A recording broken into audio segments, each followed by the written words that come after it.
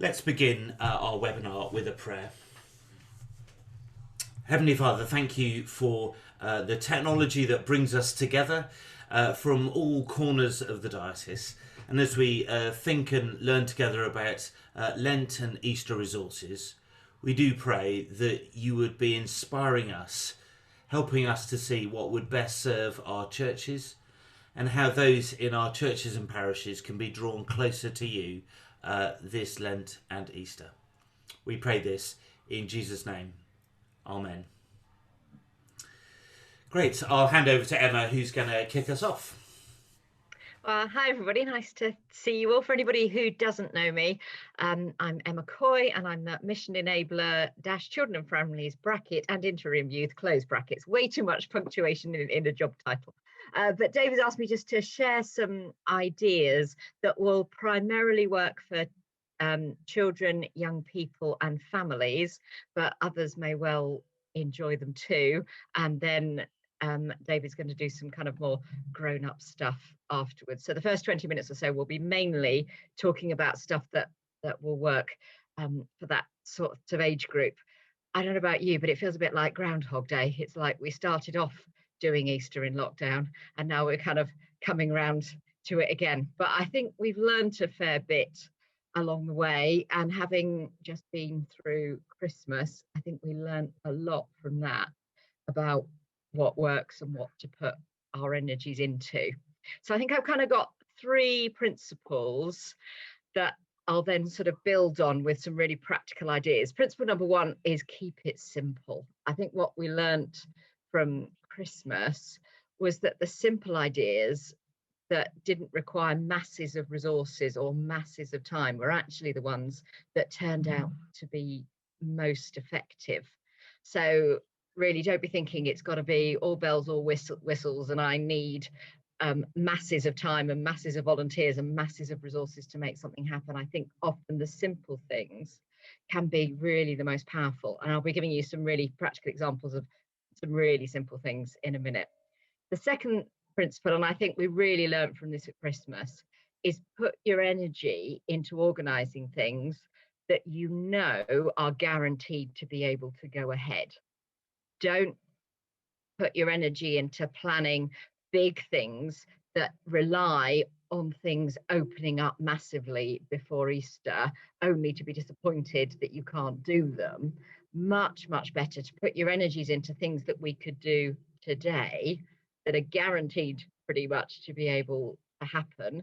And then if we have a bit more freedom by Easter or halfway through Lent, you can then sort of expand them a bit rather than planning stuff only to then pull it at the last minute. And again, I'll be giving you some really practical examples of things that we could do today. And then the third principle is particularly for children and families, is think of things that families can enjoy doing together as a family, irrespective of the age of the children. So, or even if they haven't got children. So think of things that everybody could get involved in, rather than thinking we've got to put on something for the under fives and then we've got to do something different for primary children and we've got to do something different from the teenagers. If you can think of things that families can get involved in and enjoy together, it'll cut your work down. And actually for parents, that's a gift, because you're not then having to do 4 different activities with 3 different children at different times, but actually you can just all do something together, and that's far richer for families and far easier for families. So those are my 3 kind of principles. At Christmas, when I did this, I talked about thinking of things that we can do online, at home, outside. And then for Lent and Easter, I've added a 4th one, which is making connections. So I'll just talk through a few ideas under each of those headings. So firstly, online, which is where we're going to be mainly for most of Lent, I would imagine. What I've heard people planning are things like a Zoom pancake party, which just sounds enormous fun. You get really simple. You just get everybody cooking pancakes in their own kitchen at the same time on Zoom. some kind of chaos. At some point in the Zoom meeting, you all sit down with your pancakes, you eat them. You can do a show and tell of who's got what toppings and what shapes people have come up with. And then at that point, you might want to share a simple thought or a simple message. Really simple to do. People are going to be making pancakes anyway. Why not bring them together to do it? Could be lots of fun. I had a youth group today who were doing the same thing with waffles, because they decided they could buy pre-packed waffles and deliver them around to their youth group and they'd have a waffle party. But hey, why not get everybody just to make their own pancakes? I think that could be fun. Online as well, what worked really well over Advent were the kind of online Advent calendars, that there was new content up on either Facebook or a web page or something every day throughout Advent. And why not do the same for Lent? Why not have a Lent calendar as you would an Advent calendar? There's a program that I'll give you a link for, that enables you to build one really easily for yourself. And then your participants just need to click on a door and you can put whatever you like behind it, whether it's a video or a picture or a written message, or you can put all sorts of things behind it. Now, our education team have already made one of these, which they're really happy for churches to use. Again, I'll give you the link for that. It doesn't quite tie in with Lent because they've tied it in with school terms. So it starts after half term on the 22nd of February and then sort of runs to the end of March, but not quite to Easter. But you can use it, certainly. And in behind every door, they've sort of gone with the story from Jesus's birth up to Jesus's death and resurrection throughout that time. And behind every door, you get a picture, some questions to talk about, and a video that tells a story. So we'll give you the link for that if that's something that you'd like to use, or we'll also give you a link to kind of make your own Lent calendar type thing. And then the third thing online, and people did this over Advent a bit, was using social media to do something kind of corporate and reflective. So a church gave out a list of 24 words, one for each day of Advent, and then got people to upload onto Instagram or Facebook or somewhere a photograph that went with that word, which kind of became a bit of a corporate reflective exercise. You could do a similar thing for Lent. You could do one word a week. You wouldn't necessarily need to do one word a day. Get people to take photographs just when they're out and about on their daily walks or around their homes of what that word means to them, and upload them. And you get people doing something together that they're sharing that then becomes sort of a reflection. So there would be three things that I think you could do in the online space. The second category is at home. I've heard of quite a few churches giving out Lent bags. Now, you could spend a lot of money on these, but you really don't need to. Something simple like some printed readings or some printed prayers, a candle, some recipes, some very basic kind of craft instructions, maybe put a few of the craft materials in, but again, you don't have to. So you can really go to town on these and spend masses on Baker Ross, who actually have a sale on at the moment, and put all sorts of exciting craft stuff in, or you can keep it really simple, just some prayers and a candle, and maybe a few other ideas, and either get people in your parish to collect them from somewhere or deliver them round to people. Just something for people to do throughout Lent. And this isn't new for this year, but the whole sort of 40 acts little calendars that have something for families to do for every day in Lent. There are some resources called Together at Home, and again, you'll get the link to this, that have done one which is about your own well-being and looking after yourself throughout Lent. So a different well-being exercise to do over Lent. And then they've done another one, which is a thinking of others throughout Lent with an activity to do. And these ones are really good because they've been written for 2021. So they're not suggesting anything that would involve going around and having a cup of tea with someone. It's all things that have been thought through and you can do COVID safely. So again, you'll get the link for those resources. My third category is outside. And I think Lent could be a lovely time for having some prayer stations up in your churchyard. And you can have them up for the whole of Lent. Really simple prayer and reflective activities that people can just access on their daily walks. You don't need a big event, you don't need stewards, you don't need everybody there at the same time. You can just have them up for a period of time, advertise that they're there, and then people can just come and visit them in their own time. If you do some of them where people can leave something behind, like build a prayer cairn or bind some twigs together to make a cross and leave it there, then you get the corporate element coming in and people can see that people have been there before them, and you get that sort of corporate prayer coming into it. If you want to do something like that and looking for ideas, then the prayer spaces in school website is fabulous and absolutely chock full of ideas for prayer stations that could easily be adapted for outside. Again, you'll get the link to their website, but they've got masses of ideas for prayer stations. So setting up 3, 4, half a dozen really simple prayer stations in your churchyard, I think would be really, really effective.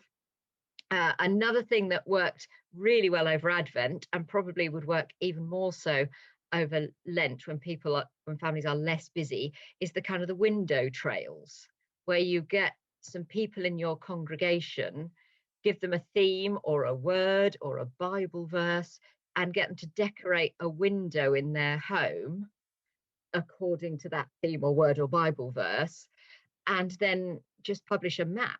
And families just need to walk around their local area and spot the windows. You could make it a trail that has got a different word of a Bible verse in each window, and so they have to visit all the windows to make the words to make the verse.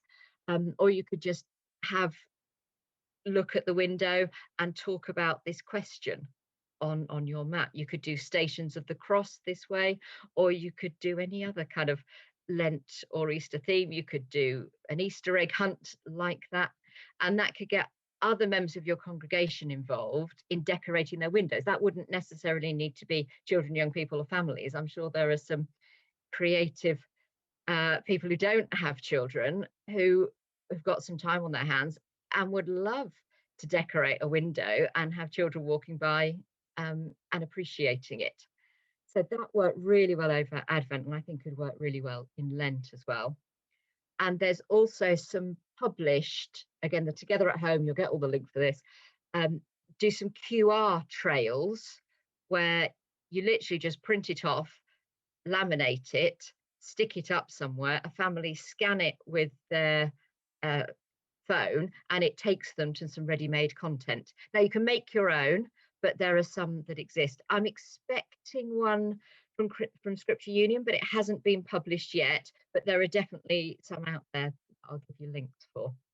So that's outside things that don't involve gatherings, don't involve marshals, aren't big events, but people can just kind of access in their own time. And then my fourth category is connecting people, because I think that's what we're all craving is connection with others. And I've heard of two really lovely ideas. The first one is one church are connecting congregation members who have got time on their hands with families who are hard pushed with homeschooling. And the people with time on their hands are committing to pray every day throughout Lent for one particular family. This is done with everybody's permission and everybody's knowledge. But for a family, just to know that there is somebody praying for them every day as they're going through this whole homeschooling thing, I think would be such a blessing. And for people who've got plenty of time on their hands, what a good discipline to be committing to pray every day for one specific family. I think that could just be a blessing for everybody and reasonably simple to set up. And then the other way around, I've heard of churches, and normally on Mothering Sunday, we'd be giving out flowers or something to all the female mums of the congregation. One church are getting children to make some cards, colour in some flowers, and then they're going to post those to all the female members of the congregation, just to make sure that everybody is is remembered on that day, in a similar way to they would be. Another church are getting children to decorate crosses, and these are going out to some elderly members of the congregation, or get the children to decorate some Easter cards, and send those out. So just trying to make those kind of two-way connections. I've got masses of resources that I've dug out, and they're all on a page on our website, which I will give you the link. So anything I've mentioned plus loads more is on our website, and I will give you the link for that so you can look it up. What we're thinking about then is two parts of what we're thinking about today. These are some ideas we're going to start with is for small groups and for individuals, and then we'll move after a question and answer pause. We'll move into some ideas for worship as we gather as well. So the first thing that a number of churches are going to be doing this year is a book group. Recommended reading as well. There's some recommended reading. Why not read one of the Bishop's books? You could try this one that Joe wrote. It's a commentary on Isaiah. It costs £21.78 used. Please don't do that. Or you could use the other Bishop's book, which is this one, which is actually a Lent book, I discovered when I googled it earlier today. And no comment on our Bishop, of course, but he's cheap and £2 used. Or you can still buy it new for a tenner. What we're actually doing though is a book group nationally. This is the Archbishop's Lent book called Living His Story by Hannah Steele, who's director of St Mellitus in London. And it's got both the book that you can read, you can just literally read it as a book, but there's also some other resources that are going with it later on. But this book would work very well just as a book group. You can do a chapter a week or something like that. That will work. Or you can kind of have a little bit more guided reflection through it if you wanted to. And that's a tenner or £8 if you're going to get the e-book. This is a classic. If you want a book of challenges, so Love Life, Live Lent by Paula Gooder and Peter Babington. This has got 40 days of challenges. It was first published in 2013. There are some more modern ones, but this is the kind of the original one, and it is still available, and it is really good as a challenge. You can buy a whole bunch of the booklets and work through it together as a group. That works quite well. That's £3. But I really wanted to talk about the National Church of England campaign, and I've invited Stephen Cottrell to come and speak to us about that. So I'll hand over to him. This year we find ourselves in another difficult lockdown Lent. But the Live Lent resource, God's story, our story, gives us an opportunity to renew our faith, to fall in love again with the story of what God has done in Jesus, to see our part in it. And I invite you to do that in various ways. You can sign up for the daily readings. You can download the app.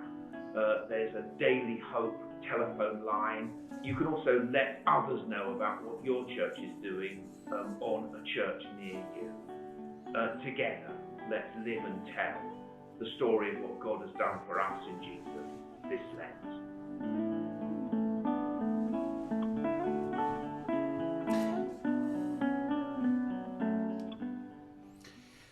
So you can see the website there, churchofengland.org/Live Lent, and that will direct you to a page where you can sign up for the daily mailings, or you can sign up to the app and download the other resources there. I would really recommend that. It seems like a really good campaign. I've seen some of the early publicity for it and the early things, and it will be a kind of shared experience for us across the Church of England. And there's also, as Bishop Stephen said, registering on a church near you, kind of talking about what else you've got going on.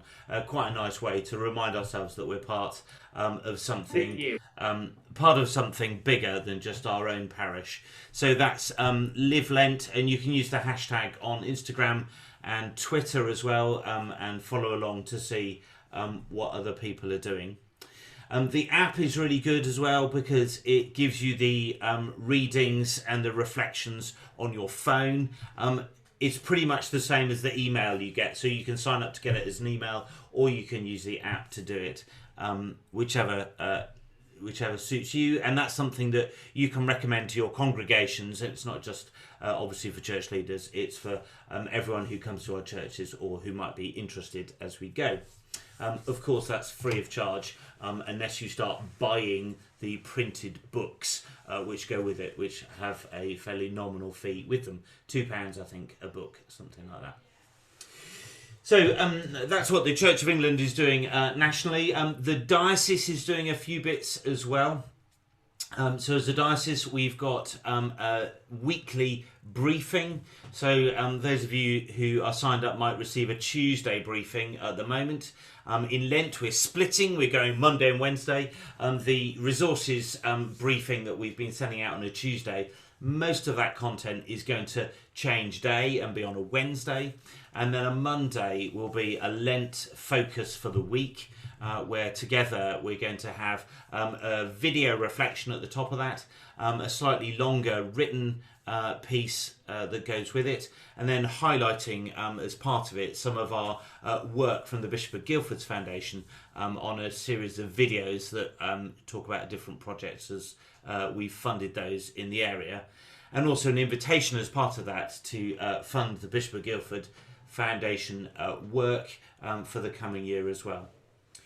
So that's what we're doing as a diocese. We're also going to be praying together on a Wednesday at lunchtime. I was just asking around if we knew what time it was, and the person organising it had left when I asked, but it will be at lunchtime on Wednesdays. I'm not sure whether it's 12 o'clock, 12:30 or 1 o'clock, but it'll be lunchtime on Wednesdays, a short prayer meeting. With a rotating member of senior staff, by which I mean a different member of staff each week, not that they'll be on a turntable, sadly. So that's the diocese and the national stuff. Some of the things that you could do around your gaff that might be quite useful, quite simple to do. A lot of churches are finding that short, tiny, weeny prayers work really well. A number of churches have retooled their morning prayer from a spoken service in a church building to an online spoken service, just very briefly. And the churches that are doing that are reporting that whereas they used to get 3 or 4, it's now going to be more like 15 people coming along. And just a kind of daily pattern of that is really helpful. Alan tells me it's 12:30 to pray with rotating staff, so 12:30 on Wednesdays in Lent. We'd love to see you there.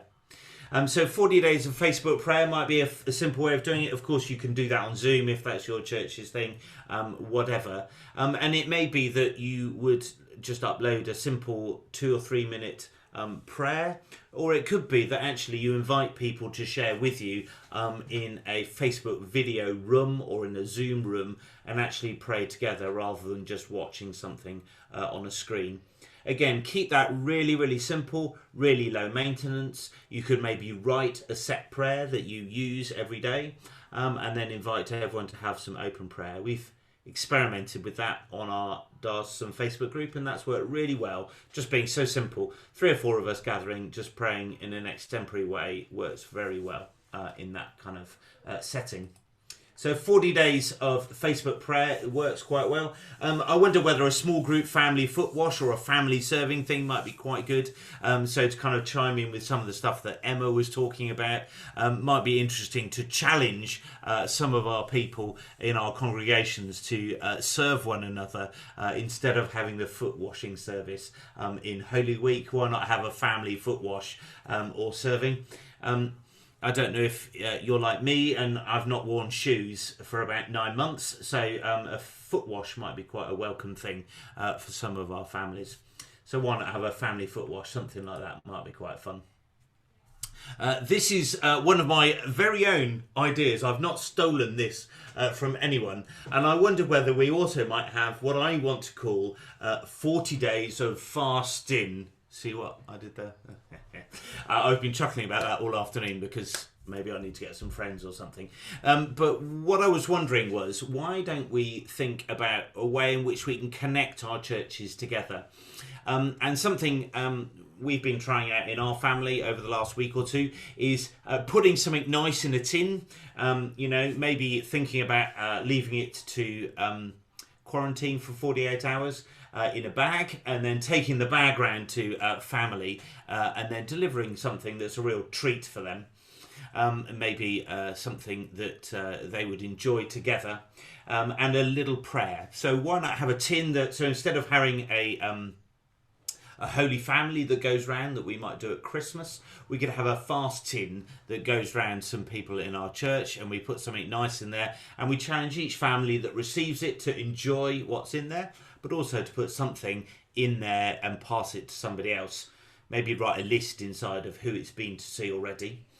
You could even have it so that people have something that doesn't go off, like a bar of chocolate or whatever, and then they all open it together in a service to the end of at the end of Lent, and you enjoy that together on Easter Sunday. That might be quite good. So 40 days of fasting will be quite fun.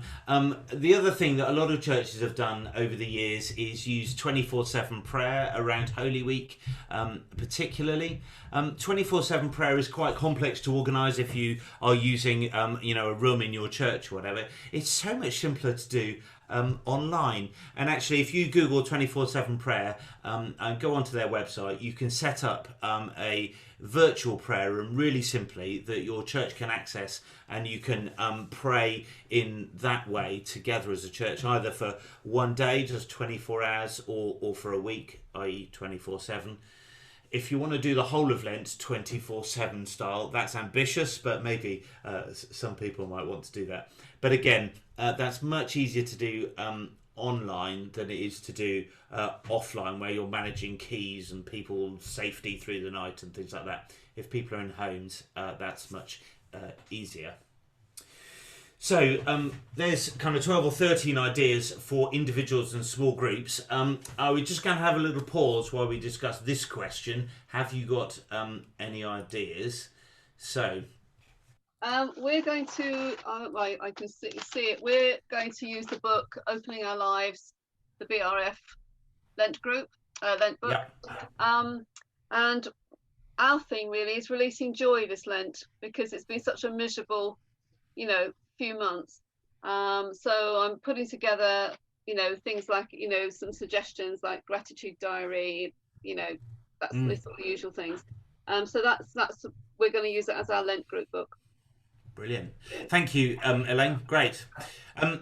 Any other ideas that people are thinking of using, or things that people are doing? Go on, Sarah. Yeah, well, I have to say about this book. Oh, no, we're not having that. Are you on commission? I'd like to be, but no. But I am using it. I am, as Hazel Whitehead's book, God in Lockdown. We're actually continuing doing some of it in some of our one of our small groups through Lent, but that's by the by. I just had to do that. And what I had to say is that we are doing deliveries to everybody on the electoral roll, which we've sort of done through lockdown, and trying to keep it simple as ever. And we're doing the contents for a blessings jar, very simple thing, so a luggage label and a ribbon, with a simple type of examen, so that we could do that. And probably we'll have a service at some stage where that's taken out, but people provide their own jar. Again, I think we should be using what we already have at home, rather than doing Mr. Amazon and buying new stuff. So that's what we're doing, and sourcing that sort of locally with what we have. Brilliant. Thank you. You're looking very dramatic with your Zoom, by the way, Sarah. That's because I haven't turned my light on. It looks, I'm quite intimidated as usual by you. Anyone else got any ideas or things that they're up to that they would like to share? Yeah. Go on, Beverly. All right. We're using a Lent course called Here and There, produced by Roots. And it's a really good one, because it's reflecting on the global pandemic in the context of Jesus's journey to the cross. And everybody's really excited about that because it really brings it alive for people to discuss and be real for them. And we're having an Easter trail, a Lent trail in our church grounds, as well as an Easter garden will be built out in the church grounds as well for people to decorate as they come along. So lots of little things like that are happening. And we've done a little Lent bag with ashes and stuff for starting for Ash Wednesday. So it's brilliant with prayers and ash. Brilliant. Thanks, Beverly. Anyone else got things that they're up to? Yeah, it's got the Lent book group we're doing there, Simply Christian by Tom Wright. Yeah. So that's going to start next week with, I think, 15 people in it, so that'll be good. Shall we move on to some Lent and Easter worship resources? So this is what I'm kind of calling our stuff for services and bits and pieces. Again, this is all going to be on I've got a Word document with a table in it with a whole load of hyperlinks that you just go click, click, click, click, click if you want to have a look at them. Okay, so when I'm saying there's a website that, I'm not going to give you the web link. I'm going to email you the Word document so that you can see it, because life is too short for me to read out websites and you to write them down. So I'm going to send it to you as soon as our webinar finishes. As long as you've used a genuine email address to register, that should work fine. So let's share my screen again and see if this works. Perfect. Hang on. Yeah. That would help if I did it correctly. Right. So we talked to you about QR codes a number of times, and I just wanted to show you a picture of what a QR code looks like. This is one done up in Leicestershire Diocese, but you can see there it's just that's a three-dimensional barcode that people scan their way around. And on the link that I'm going to send out to you, there's a really helpful website that talks through, if you want to do your own one, it talks you through how to do it, how to set it all up and all that kind of stuff. So there's some really great instructions available, and you can do that yourself or point to the Scripture Union one when that comes out, or the other ones that Emma was talking about as well. So an idea from for next Wednesday, some of you will be giving ash to people to do it. Burning palm crosses is not for the faint-hearted. It's surprisingly difficult to do, and a number of people are wondering about using a different symbol and actually using earth instead. So earth is something that most people have access to, going and getting a bit of dirt from the garden or from a grass verge outside your flat, but encouraging people that actually that's also an appropriate symbol for use in Ash Wednesday if people don't have access to a fire or palm crosses to burn. Some might find that more symbolic, and ash is quite hard to use it's an irritant if you mix it with water, so you have to be quite careful how you use it. So some parishes are using ash instead. Of course, Lent contains Mothering Sunday, which is a difficult Sunday for some, and doing it well is quite hard. The two main organisations who produce resources for that, the Children's Society, who've got some really good service outlines and talks that you can use, as well as some small group material as well. So the Children's Society does have a whole Lent small group series as well of 6, worth checking out their website. And similarly, the Mothers Union has a combination of liturgy, prayers and talks that you can pilfer for yourself, or what I normally do is read them through and then take some ideas and then make them my own, rather than actually reading them out myself, of course. So those two are the main websites for that kind of thing. And obviously there's liturgy on the Church of England website should you want the official stuff. So as I said earlier, there's some worship resources from the diocese. We are going to be doing a Ash Wednesday service. There are 2. There's a spoken one and one with music. The spoken one is in the morning, and the one with the music is later afternoon, 5:30, I think, on Ash Wednesday. The Lent brief becomes a Monday Lenten reflection, the Wednesday lunchtime prayers, and the Maundy Thursday service, which will be our service, our Chrism service, which we expect will be some kind of online thing, we think, but we haven't quite confirmed that yet because we're not quite sure where the guidance will be up to by the end of March, beginning of April, which is when Maundy Thursday is. Another thing you might want to do, again, I've stuck a link to this in the Word document that I'm going to send out. There's a good few Lent explainer videos. This is one from Busted Halo, which is slightly more Catholic than other tastes. It's from a Roman Catholic group, but it's really approachable. And it talks about, what's Lent all about? Why do people fast? What are you trying to achieve by doing it? Again, sometimes these little videos are quite good for putting in mailings to say it's Pancake Day, but actually it's about Ash Wednesday. Ash Wednesday is the beginning of Lent. What on earth is Lent about? Here's an explainer for what's going on. Again, lots of different videos you could have chosen. This is the best one that I found that explains it in a way that isn't too cringy, with some bloke kind of talking their way through it. It's actually a proper animation and everything. The only other thing I wanted to say, just as we come towards an end and I invite any other questions, is there is some Thy Kingdom Come resources. Again, I've seen an early draft of it, but I don't think they've published it yet. I couldn't find it when I was preparing this webinar anyway. But the Pentecost stuff is normally pretty well produced. And it's Thy Kingdom Come is what you need to look for, and you'll find this page on their website, which has got resources obviously for individuals, for churches and for families and young people, and you can kind of start there and go on from there. They have also normally a Thy Kingdom Come song as well, and there was a really good video last year. Their official song was a reworking of Lord's Prayer type themes, but to the tune of Tell Out My Soul, which was really good and worth catching on YouTube if you've got a moment. So that's all I was going to talk about today. The other resources that will keep you going as we go are the Facebook group. If you're not a member, can I recommend that? I was talking to an incumbent today who said that he just picked up a couple of really simple ideas there. The one about pebbles and putting pebbles in churchyards that was talked about pre-Christmas, and he said he pinched the idea from the Facebook group, and it went down a storm in his church. So there'll be more kind of practical things posted in the Transforming Church for Lockdown Facebook group. If you're not a member of that and want to join it, I can give you a link to request membership.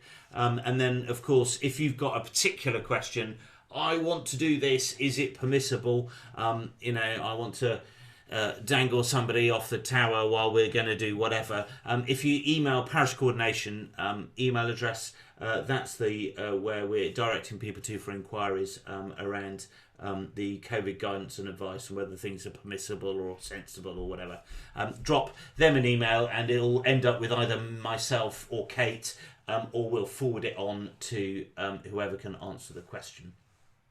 Again, all of those things should be things that will work both live streamed, in person and hybrid, because we're aware that as Lent progresses, we don't really know where we're going to be in that kind of sliding scale.